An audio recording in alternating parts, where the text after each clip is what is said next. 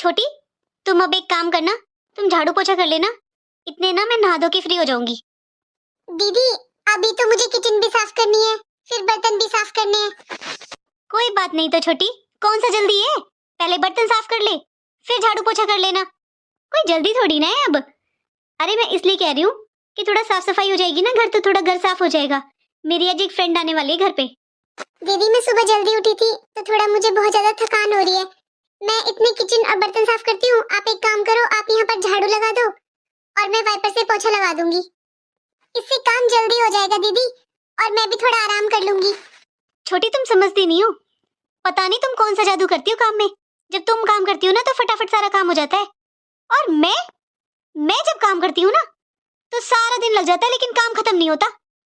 ठीक है दीदी कोई बात नहीं, मैं कर लेती हूँ, आप नहाए आओ।